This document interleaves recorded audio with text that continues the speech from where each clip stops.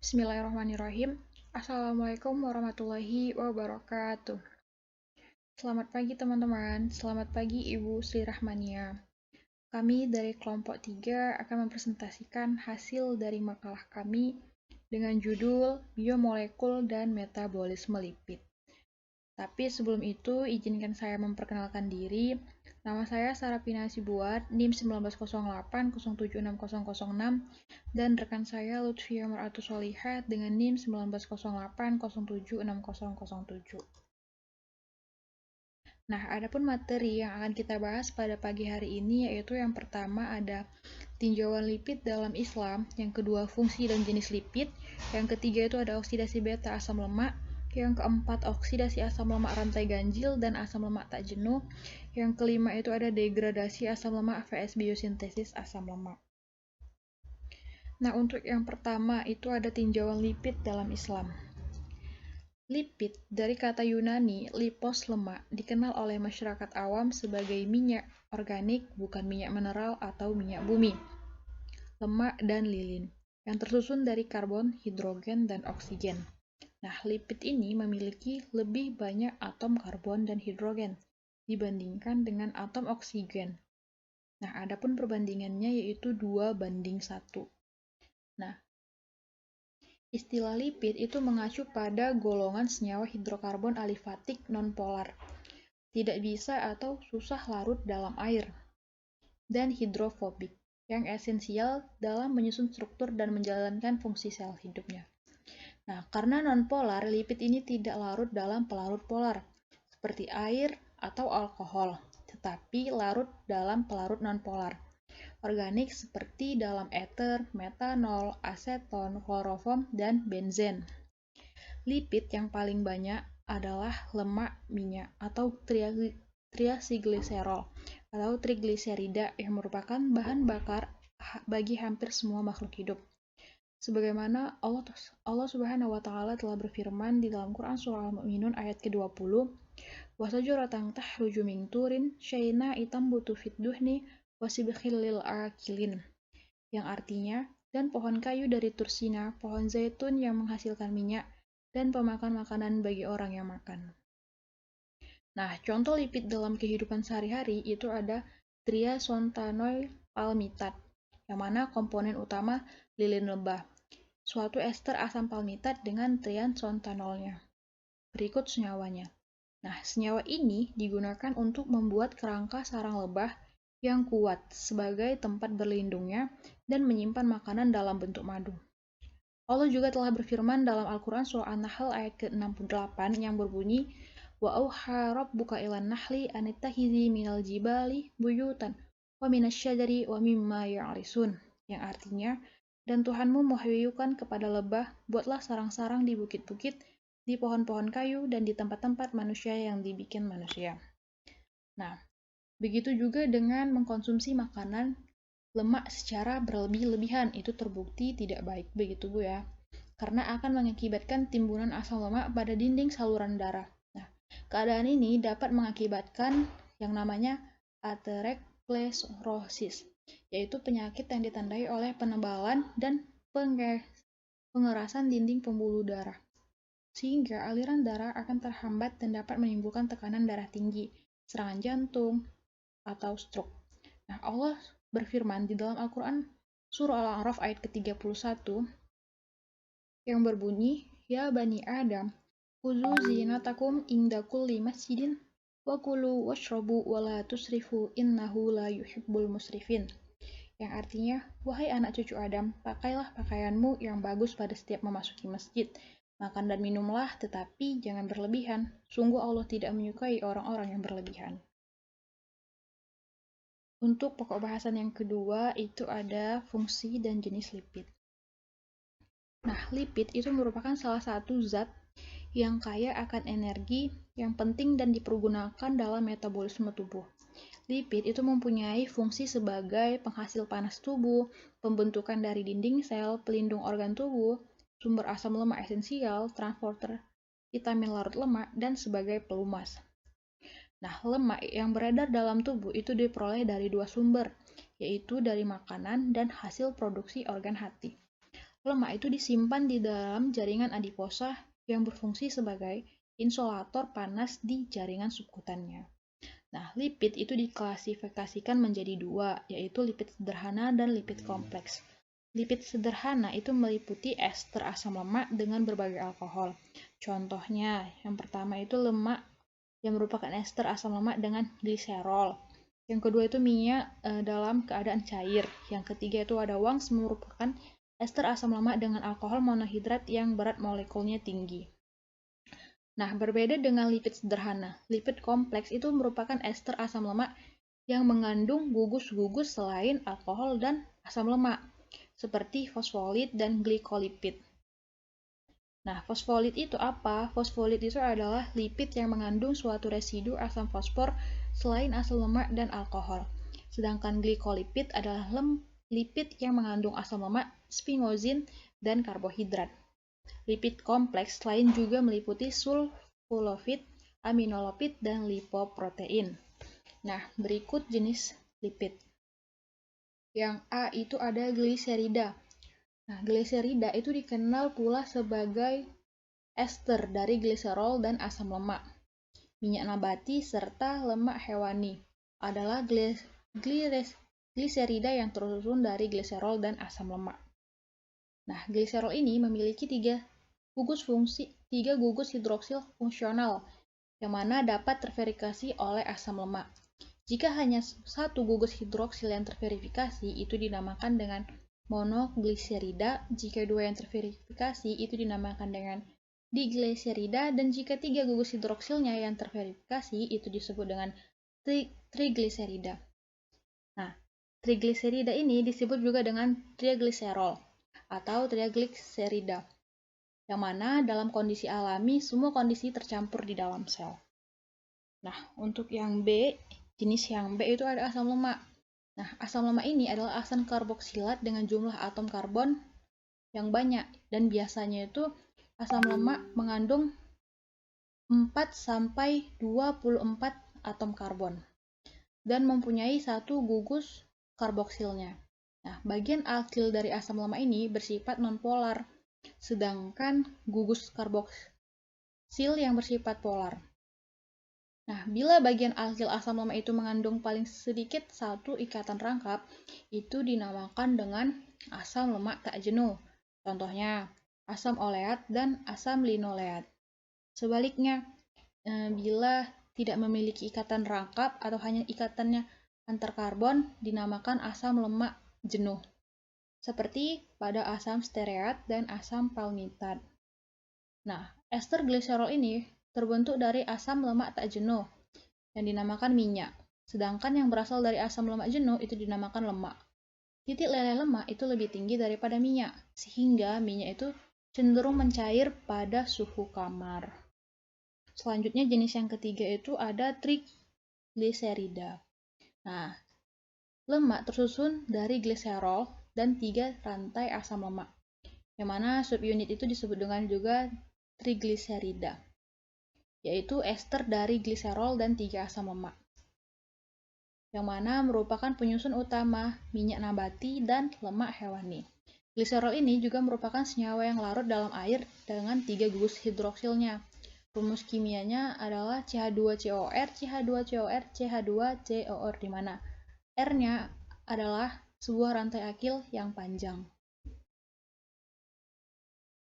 Lemak merupakan trigliserida yang mengandung asam lemak jenuh, seperti pada butter, margarin, shortening, yang mana keadaannya padat pada suhu ruang. Sedangkan minyak merupakan trigliserida dengan asam lemak tak jenuh pada minyak jagung dengan keadaan cair pada suhu ruang.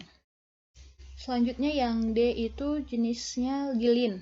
Nah, lilin ini merupakan rantai panjang asam lemak yang disambungkan ke rantai panjang alkohol. Lilin bersifat nonpolar pada suhu ruangan, yang mana mempunyai titik leleh kedap air dan tahan degradasi, yang membentuk lapisan pelindung yang menahan kehilangan air pada tanaman dan menjaga kulit dan bulu pada hewan.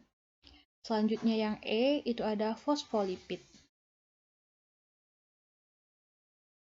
Nah, fosfolipid ini mirip dengan mirip dengan lemak netral, yaitu merupakan suatu ester gliserol, tetapi fosfolipid ini hanya mengandung dua asam lemak yang terikat pada atom C nomor 1 dan nomor D dari gliserol. Sedangkan atom C nomor 3 itu diesterkan oleh asam fosfat atau sebuah gugus gabungan fosfat dan nitrogen yang telah mengikat gugus alkohol jenis lain, itu seperti kolin, etanolamin, serin, dan inositolnya. Nah, karena itu, fosfolipid itu diberi nama menurut gugus alkohol yang terikat pada asam fosfatnya. Misal, pada fosfatidil kolin, yang berarti gugus alkohol mengikat kolin. Begitu juga dengan fosfatidil letanolamin, mengikat etanolamin, fosfatidil serin, dan nama lainnya. Nah, fosfolipid ini membantu menyusun membran sel, yang mana dia itu memiliki sebuah kepala yang artinya suka air atau hidrofilik dan dua ekor. Pada gambar itu bisa dilihat teman-teman, itu ada dua ekor yang artinya takut air atau hidrofobik. Nah, untuk jenis yang F, sphingolipid, itu merupakan salah satu penyusun utama dari membran plasma. Nah, sphingolipid ini terdiri dari basa sphingo, yang mana rantai hidrokarbon mengandung ikatan ganda sebuah gugus aminonya pada posisi 2 dan 2-3 gugus hidroksilnya pada posisi 1, 3, dan 4. Nah, basa sphingo ini dihubungkan oleh sebuah ikatan amidik ke ikatan lemak. Salah satu contohnya itu ada pada seramid. Nah, dengan sphinganin sebagai basa pada glukosil sphingolipid, gugus terminal hidroksil itu terikat ke residu glukosanya, yang mana metabolit sphingolipid itu bisa terlibat sebagai sinyal dalam program pematian sel atau program cell death. Nah, yang G itu jenis lipidnya ada steroid. Nah, steroid itu berbeda dengan asam lemak netral. Nah, steroid itu dia itu memiliki cincin karbon, yaitu memiliki rangka yang merupakan penyatuan 4 buah cincin karbon yang bervariasi, tergantung pada gugus fungsional yang melekat padanya. Nah, rangka karbon dari steroid ini adalah rangka benzen, yang merupakan gabungan 4 buah cincin benzen. Nah, kolesterol itu adalah basa steroid, yang mana tempat badan kita tuh menghasilkan steroid. Nah, kolesterol ini dia tuh merupakan prekursor dari steroid lainnya, termasuk aldosteron dan hormon seks, estrogen dan testosteron yang merupakan hormon seks jantan. Itu juga termasuk steroid.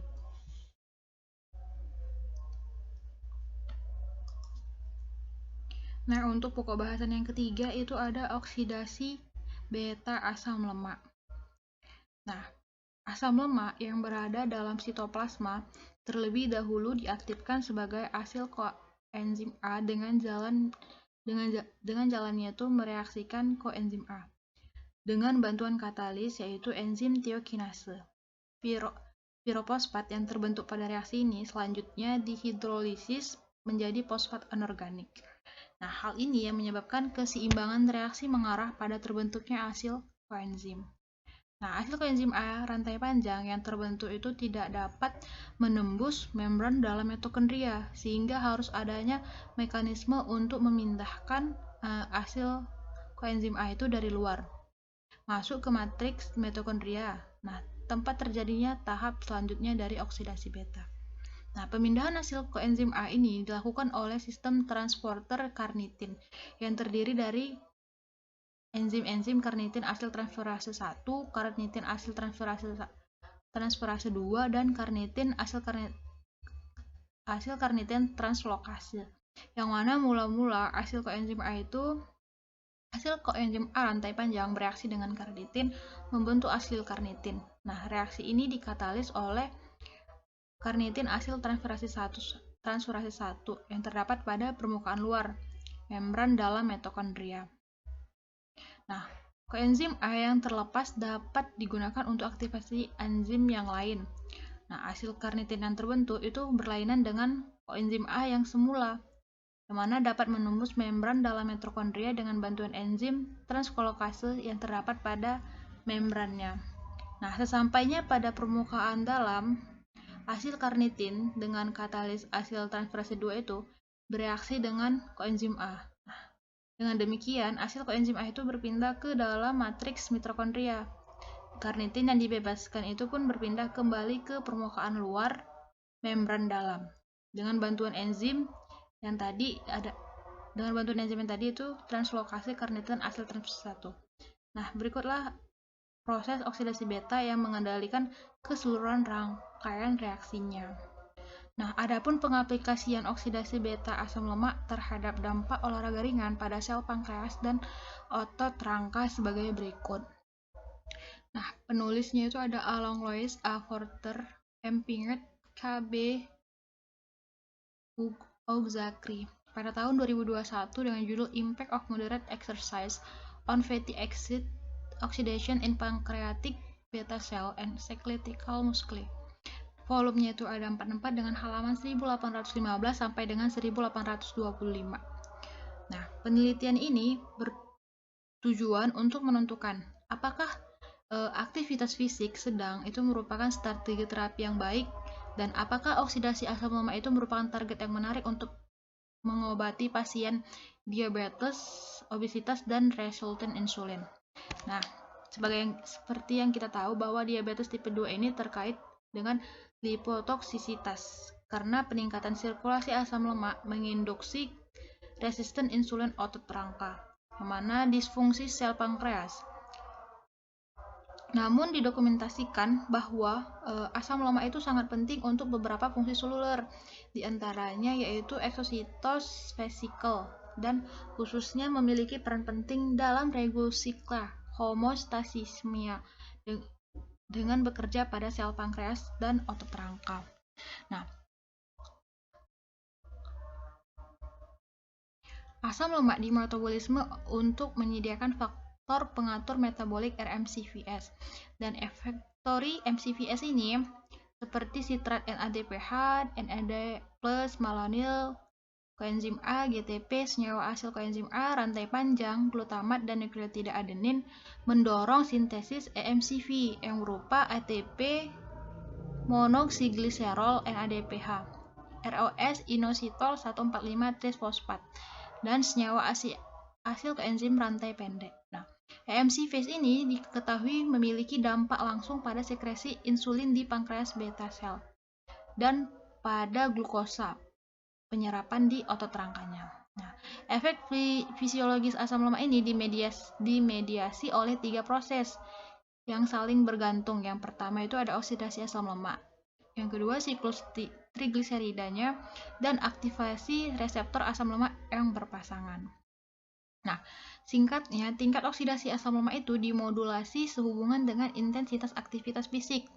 Nah, ditetapkan dengan baik bahwa latihan olahraga intensitas sedang meningkatkan sekresi insulin dan aksinya, di mana di satu sisi pelatihan jangka pendek itu meningkatkan fungsi sel dan secara efisien mengurangi lemak ektopik di dalam pankreas pada pasien pradiabetes atau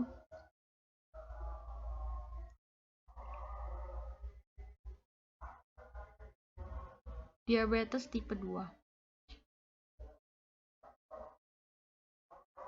Selain itu, penelitian yang dilakukan pada T2 ini menunjukkan bahwa latihan intensif durasi lama tinggi kurang bermanfaat daripada durasi sedang dan latihan intensif. Yang mana di sisi lain,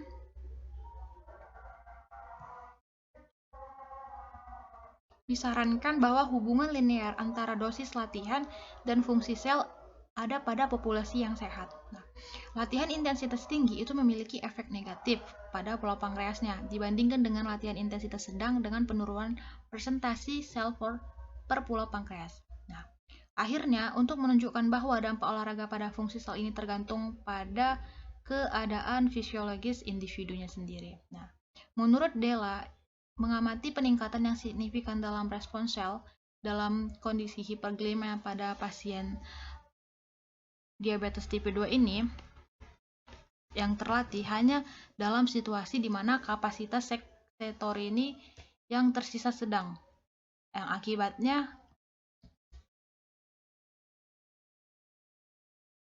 bahwa intensitas latihan harus disesuaikan dengan fungsi status kesehatan pasien. Yang mana menurut Della F. mengamati peningkatan yang signifikan dalam respons sel dalam kondisi hiperglikemia pada pasien metabolisme tipe 2 terlatih hanya dalam situasi di mana kapasitas sekretori yang tersisa sedang. Akibatnya, intensitas latihan harus disesuaikan dengan fungsi status kesehatan pasien, dan bahwa latihan fisik sedang itu lebih cocok untuk peningkatan fungsi sel pada pasien diabetes. Nah, pada gambar ini, dampak olahraga ringan pada sel pankreas pada pasien dengan gangguan metabolisme fokus pada oksidasi asam lemak, yang mana fungsi sel dan kelangsungan hidup. Dalam sel, oksidasi asam lemak menurun pada orang dengan gangguan metabolisme. Nah, selain itu, aktivitas fisik dapat meningkatkan kontrol metabolisme. Namun, olahraga ringan itu tidak memungkinkan untuk mengembalikan oksidasi asam lemak fisiologis, meskipun ada peningkatan fungsi sel dan keberlangsungan hidup pada pasien yang diabetes. Dengan demikian, mekanisme lain yang terlibat seperti miokin yang disekresikan otot rangka dan metabolisme lipid yang digambarkan memiliki efek yang menguntungkan yang diinduksi oleh olahraga asam lemak. Oke, untuk pembahasan selanjutnya akan disampaikan oleh rekan saya, Lutfia Mar'atu Solihah. Kepada beliau dipersilahkan. Selanjutnya yaitu materi oksidasi asam lemak rantai ganjil dan asam lemak tak jenuh. Nah, yang pertama yaitu oksidasi lemak rantai ganjil. Pada asam lemak dengan jumlah atom ganjil, C ganjil, setelah pengambilan asetil CoA atau 2C, sisanya yaitu adalah residu propionil CoA atau dapat disebut dengan C3. Propionil CoA ini masuk ke siklus Krebs lewat succinyl CoA. Dalam hal ini, propionil CoA dikarboksilasi menjadi D-dimetil malonyl CoA. Kemudian diubah menjadi succinyl CoA melalui intermediate L-metil malonyl CoA, sehingga jumlah energi yang dihasilkan dalam satu siklus Krebs jika masuk lewat succinyl CoA hanya sebesar 6 ATP. Nah, kemudian pada slide ini ada gambar oksidasi asam lemak dengan atom C ganjil, di mana dalam oksidasi ini yaitu contohnya asam propionat dalam bentuk propionil CoA. Karena masuk siklus Krebs lewat succinyl CoA, maka degradasi asam lemak dengan atom C ganjil lebih dibandingkan dengan degradasi asam lemak dengan atom C genap. Hal ini sangat penting dalam memberikan konsumsi pada seseorang atau makhluk hidup yang membutuhkan energi yang cepat, misalnya pada orang yang mengalami Eskimo. Nah, asam lemak memiliki jumlah karbon ganjil, merupakan spesies yang sangat jarang. Asam lemak ini dioksidasi dengan cara yang sama seperti oksidasi asam lemak dengan jumlah atom karbon genap, kecuali pada daur akhir degradasi akan terbentuk propionil CoA dan asetil CoA. Bukan dua molekul asetil CoA, unit 3 karbon aktif pada propionil CoA memasuki daur asam sitrat setelah diubah menjadi succinyl CoA. Nah, bagi penderita anemia, pemisiosa sebagai akibat kekurangan vitamin B, sehingga kerja enzim metil malonyl CoA mutase terganggu. Selanjutnya yaitu oksidasi asam lemak tak jenuh. Nah, oksidasi asam lemak tak jenuh ini reaksinya sama seperti reaksi oksidasi asam lemak jenuh, hanya saja diperlukan tambahan 2 enzim lagi, yaitu isomerase, dan reduktase untuk memecah asam-asam lemak tak jenuh. Nah, oksidasi asam palmitoleat atau asam lemak C16 yang memiliki ikatan rangkap antara C9 dan C10 ini diaktifkan dan diangkat melintasi membran dan mitokondria dengan cara yang sama dengan asam lemak yang jenuh. Nah, asam lemak tak jenuh di alam, misalnya yaitu asam oleat, mempunyai ikatan rangkap pada konfigurasi cis karena pada beta oksidasi enzimnya spesifik untuk enonil CoA dengan konfigurasi trans. Maka diperlukan enzim enonil CoA isomerase sebagai pengubah konfigurasi cis menjadi trans. Adapun mekanisme oksidasi asam lemak tak jenuh berlangsung sama seperti beta oksidasi untuk asam lemak tak jenuh, karena terdapat satu ikatan tak jenuh, maka proses degradasinya asam lemak tak jenuh mengalami satu mekanisme reaksi tambahan, yaitu reaksi isomerasi bentuk cis ke trans yang dikatalis oleh enzim enonil CoA isomerase. Slide selanjutnya yaitu oksidasi asam lemak tak jenuh pada asam oleat, di mana oksidasi ini membutuhkan tambahan enzim enonil CoA isomerase untuk mereposisi ikatan rangkap dari cis ke isomer trans sebagai intermediate normal pada oksidasi. Nah, adapun pengaplikasian oksidasi asam lemak tak jenuh pada jurnal yang saya ambil yaitu penggunaan temulawak, minyak lemuru tersabun, dan minyak zaitun terhadap komposisi asam lemak daging sapi sebagai berikut. Nah, judulnya yaitu penggunaan temulawak, minyak lemuru tersabun, dan minyak zaitun terhadap komposisi asam lemak daging sapi. Jurnalnya yaitu Jurnal Agroindustri, volumenya 4 dan halamannya 31-39. Bulan dan tahun terbitnya yaitu Mei pada tahun 2014.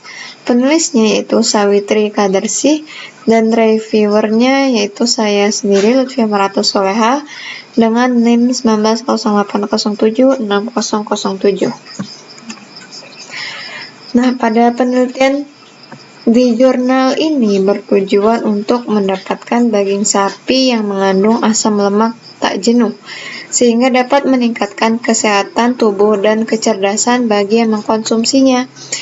Rancangan penelitian menggunakan RAL dengan 3 perlakuan. Masing-masing setiap perlakuan digunakan yaitu sebanyak 4 ekor sapi Bali dengan kisaran umur 1,5 sampai 2 tahun. Pasta temulawak disediakan dicampur dengan konsentrat P1 yaitu kontrol, P2-nya minyak lemuru tersabun 6%, minyak zaitun 1%, dedak padi 37,30%, dan jagung 62,70%, KLK 7%, pasta temulawak 100 gram. Dan P3-nya yaitu ada lemuru tersabun 8%, minyak zaitun 2%, dedak 37,30%, jagung 62,70%, dan KLK 7%, pasta temulawak 200 gram. Sehingga data yang diperoleh dianalisis secara kualitatif. Nah, dari penelitian yang telah dilakukan menunjukkan bahwa komposisi asam lemak jenuh pada daging sapi mengalami penurunan dan terjadi peningkatan asam lemak tak jenuh yaitu asam linoleat atau omega 6 dan asam linolenat yaitu omega 3, asam deikosaheksa dan deikosapenta. Penelitian dalam jurnal ini bertujuan untuk mendapatkan daging sapi yang mengandung asam lemak tak jenuh, terutama pada omega 3 dan omega 6. Dalam penelitian ini juga dilakukan dengan rancangan RAL atau rancangan acak lengkap, pola searah dengan menggunakan 3 perlakuan.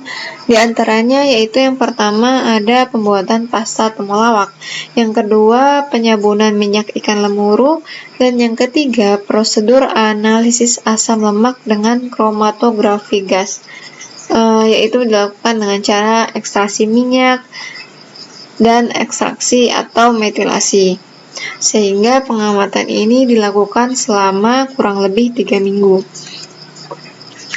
Kandungan asam lemak pada daging sapi Bali dilakukan dengan 3 macam perlakuan, yang mana pada larutan P1 sebesar 0,0128%, pada perlakuan 2 sebesar 0,0109%, dan pada perlakuan 3 sebesar 0,0119%. Asam palmit yang terkandung pada daging sapi Bali dengan perlakuan kontrol atau P1 sebesar 3,5161% dan pada P2 sebesar 3,3494% dan pada P3 yaitu 3,4974%. Sehingga pada keadaan tersebut menunjukkan bahwa pemberian minyak zaitun, minyak lemuru tersabun, dan pasta temulawak dapat menurunkan komposisi asam palmitat sebesar 0,1767%. Nah, asam palmitat ini merupakan sumber kalori penting dan juga mempunyai daya antioksidasi yang rendah dan merupakan produk awal dalam proses biosintesis asam lemak. Asam oleat dalam daging sapi Bali dengan perlakuan kontrol 1 sebesar 5,8183%, pada perlakuan 2 sebesar 5,8688% dan pada perlakuan 3 sebesar 5,9655%. Nah, hal tersebut menunjukkan bahwa dengan pemberian minyak zaitun dan minyak lemuru tersabun dapat meningkatkan kandungan asam oleat pada daging sapi Bali. Maka dari itu, asam lemak pada omega 3 dan omega 6 lebih bernilai gizi dibandingkan dengan asam lemak lainnya. Hasil dari penelitian yang telah dilakukan menunjukkan bahwa asam lemak DHA pada perlakuan P1 sebesar 0,1243 atau 1243 gram dan pada P2 sebesar 0,1760 atau sekitar 17,60 gram dan pada P3 sebesar 0,1841 atau 18,41 gram. Asam lemak linoleat merupakan asam lemak omega 6 pembentuk AA, sedangkan asam lemak linolenat merupakan asam lemak omega 3 pembentuk DHA. Selagi asam lemak linoleat dan linolenat masih tersedia dengan jumlah yang cukup dari makanan yang dikonsumsi sehari-hari, maka dengan sendirinya tubuh akan membentuk AA dan DHA dalam jumlah yang cukup pula. Dapat disimpulkan bahwa dalam penelitian ini, inovasi pakan berupa pemberian pasta temulawak, minyak lemuru tersabun, dan minyak zaitun mampu meningkatkan kandungan asam lemak tak jenuh pada daging sapi Bali. Selanjutnya itu ada degradasi asam lemak dan juga biosintesis asam lemak.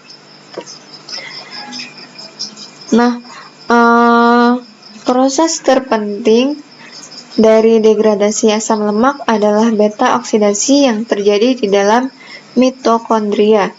Asam lemak dalam sitoplasma diaktifkan dengan mengikatnya pada koenzim A. Kemudian dengan sistem transport karnitin masuk ke mitokondria untuk didegradasi menjadi asetil CoA melalui proses beta oksidasi. Residu asetil hasil dapat dioksidasi lanjut menjadi CO2 melalui TCA dan rantai respirasi dengan menghasilkan ATP. Selanjutnya pada biosintesis asam lemak itu sangat penting, khususnya dalam jaringan hewan, karena mempunyai kemampuan terbatas untuk menyimpan energi dalam bentuk karbohidrat. Proses ini dikatalisis oleh asam lemak sintase, suatu multienzim yang berlokasi di sitoplasma. Biosintesis asam lemak dari asetil-koenzim A terjadi di hampir semua bagian tubuh manusia, terutama dalam jaringan hati, jaringan lemak, dan kelenjar susu. Biosintesis ini berlangsung melalui mekanisme yang dalam beberapa hal berbeda dengan oksidasi asam lemak. Secara keseluruhan biosintesis asam lemak ini terbagi menjadi 3 tahapan. Yang pertama yaitu pembentukan melonil koenzim A dari asetil koenzim A. Tahap kedua, pemanjangan rantai asam lemak sampai terbentuknya asam palmitat secara kontinu dengan tiap kali penambahan. Dan tahap yang ketiga yaitu pemanjangan rantai asam palmiat secara bertahap tergantung pada keadaan dan komposisi faktor penunjang reaksi di dalam sel. Selanjutnya yaitu ada perbedaan jalur degradasi asam lemak dan biosintesis asam lemak. Yang pertama itu pada lokasinya. Pada degradasi terjadi di dalam matriks mitokondria, sedangkan pada biosintesis terjadi di sitosol. Untuk bentuk senyawanya, pada degradasi terikat secara kovalen pada koenzim A atau KA, sedangkan pada biosintesis terikat secara kovalen pada karir gugus asli yang dinamakan ACP atau acyl carrier protein. Pada enzim-enzim yang terlibat di degradasi tidak berasosiasi, sedangkan pada biosintesis berasosiasi dalam sebuah rantai polipeptida yang dinamakan fatty acid sintase. Selanjutnya pada kebutuhan oksidator atau reduktornya, pada degradasi memerlukan senyawa oksidator yaitu NAD dan FAD, sedangkan pada biosintesis memerlukan senyawa reduktor yaitu NADPH.